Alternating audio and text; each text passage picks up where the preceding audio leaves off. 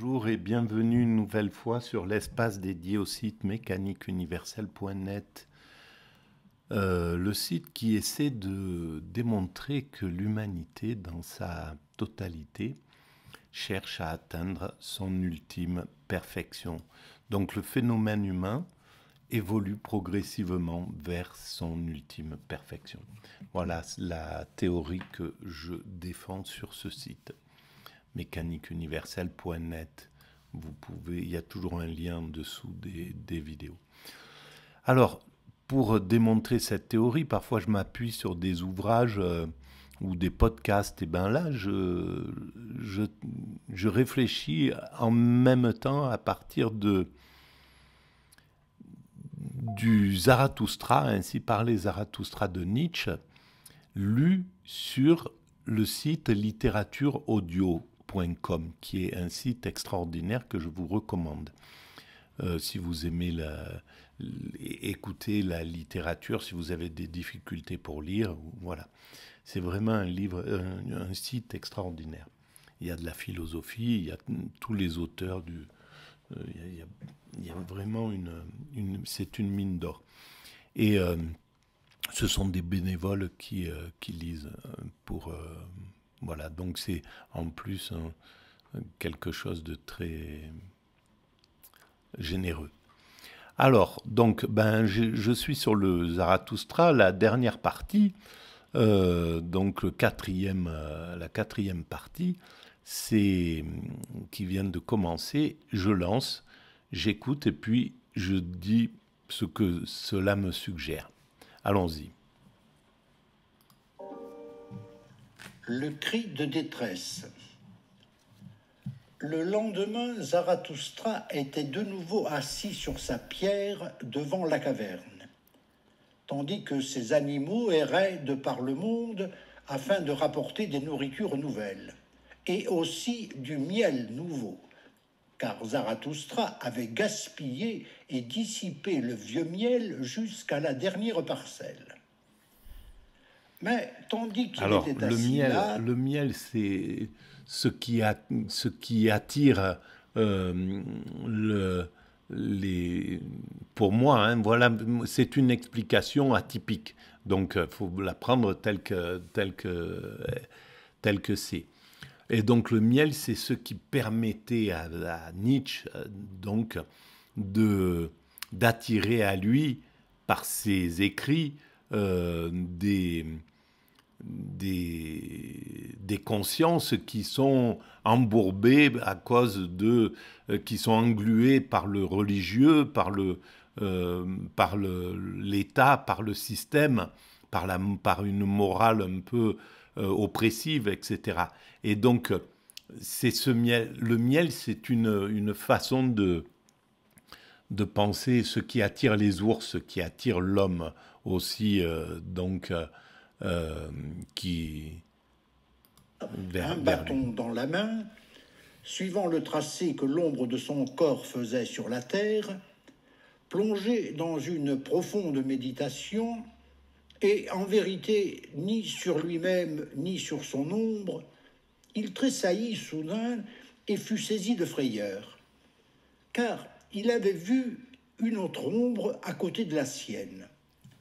Et, virant sur lui-même en se levant rapidement, il vit le devin debout à côté de lui, le même qu'il avait une fois nourri et désaltéré à sa table, le proclamateur de la grande lassitude qui enseignait « Tout est égal, rien ne vaut la peine, le monde n'a pas de sens, le savoir étrangle. » Mais depuis lors... Alors, le monde n'a pas de sens. Qui est-ce qui dit que le monde n'a pas de sens ? C'est pas le religieux, parce que le religieux, lui, dit que le monde a du sens, justement, mais que tout est égal.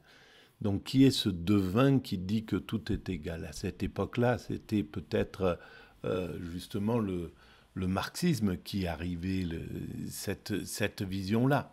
Et le christianisme le disait évidemment aussi. Donc le devin, ça peut être aussi le christianisme, pour qui chaque être humain est égal. Et c'est la théorie que je défends évidemment sur la mécanique universelle. Oui, tout le monde, tout être humain qui apparaît sur cette terre est égal. Et c'est christique, évidemment, en même temps. Hein. C'est communiste, mais c'est christique, etc., etc. On peut le retrouver dans différents cas de figure. Simplement, je dis que l'humanité, ça c'est le fondement. Tout est égal au fond. Ça, c'est clair. Simplement, on doit jouer le jeu pour construire cette humanité de l'inégalité, de dire celui-ci vaut plus que celui-là, ça vaut plus que ça, etc., etc. De mettre de l'inégalité, de mettre des hiérarchies. Les hiérarchies, même si elles sont illusoires, c'est une illusion, mais c'est une illusion à laquelle on doit croire. Et c'est peut-être la différence avec l'intérêt de cette théorie de la mécanique universelle qui prend peut-être plus appui sur la façon de penser de Hegel. Voilà, moi ça s'est imposé tout seul, mais après j'ai vu que Hegel pensait ce type de choses déjà, l'avait déjà pensé. Le fait que c'est la lutte entre les choses qui fait que ça évolue, que c'est pour l'évolution, mais simplement que c'est une illusion. Or, son visage s'était transformé. Et lorsque Zarathustra le regarda en face, son cœur fut effrayé de rechef, tant les prédictions funestes et les foudres consumées passaient sur ce visage. Le devin, qui avait compris ce qui se passait dans l'âme de Zarathustra, passa sa main sur son visage comme s'il eût voulu en effacer des traces. Et alors, il y a aussi l'idée qu'il n'y a pas de sens. Et je pense que Nietzsche s'oppose à cette idée-là. Pour lui, il y a du sens, justement. L'homme doit dépasser l'homme pour atteindre le surhumain, le surhomme. Et donc, ça donne du sens.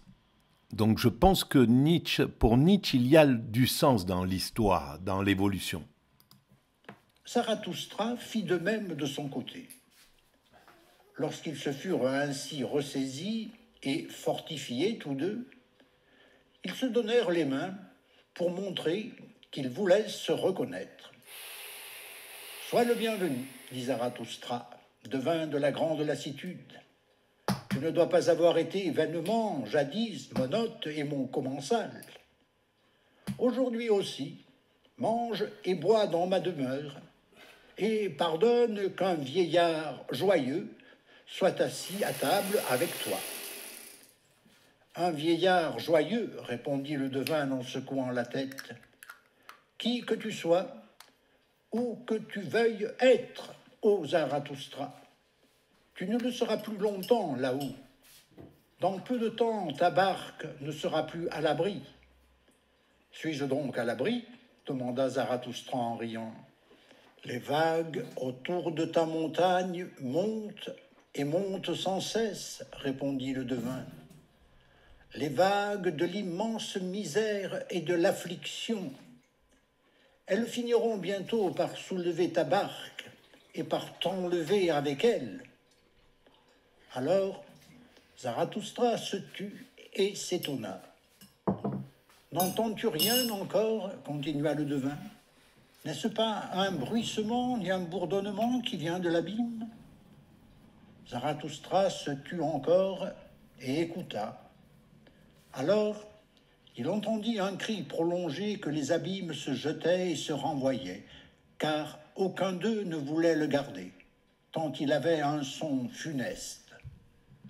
Fatal proclamateur, dit enfin Zarathustra, c'est là le cri de détresse et l'appel d'un homme. Il sort probablement d'une mer noire, mais que m'importe la détresse des hommes? Le dernier péché qui m'a été réservé, sais-tu quel est son nom? Pitié, répondit le devin d'un cœur débordant et en levant les deux mains. Ô Zarathustra, je viens pour te faire commettre ton dernier péché. À peine ces paroles avaient-elles été prononcées que le cri retentit de nouveau, plus long et plus anxieux qu'auparavant, et déjà beaucoup plus près.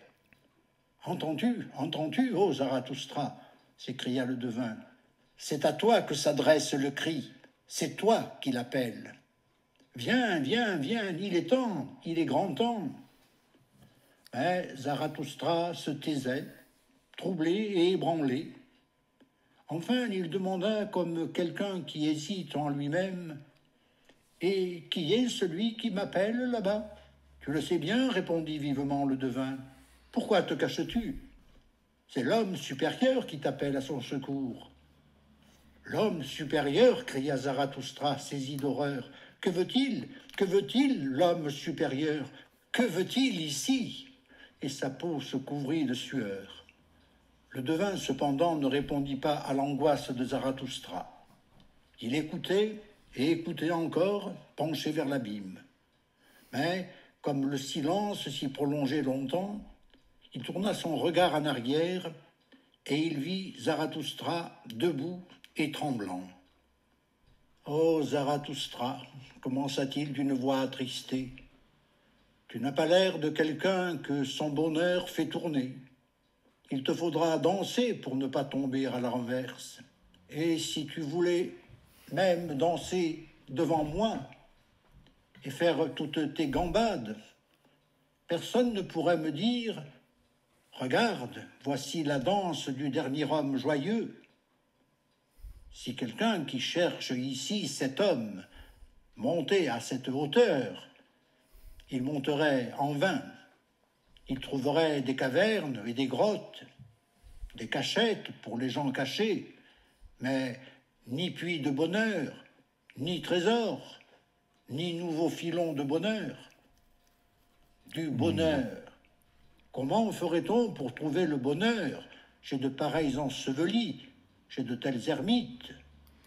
Des puits de bonheur. Et donc, je pense que c'est pour ça que, selon ma théorie, Nietzsche parle de l'éveillé, de l'éveil, de l'extase, du samadhi, du nirvana.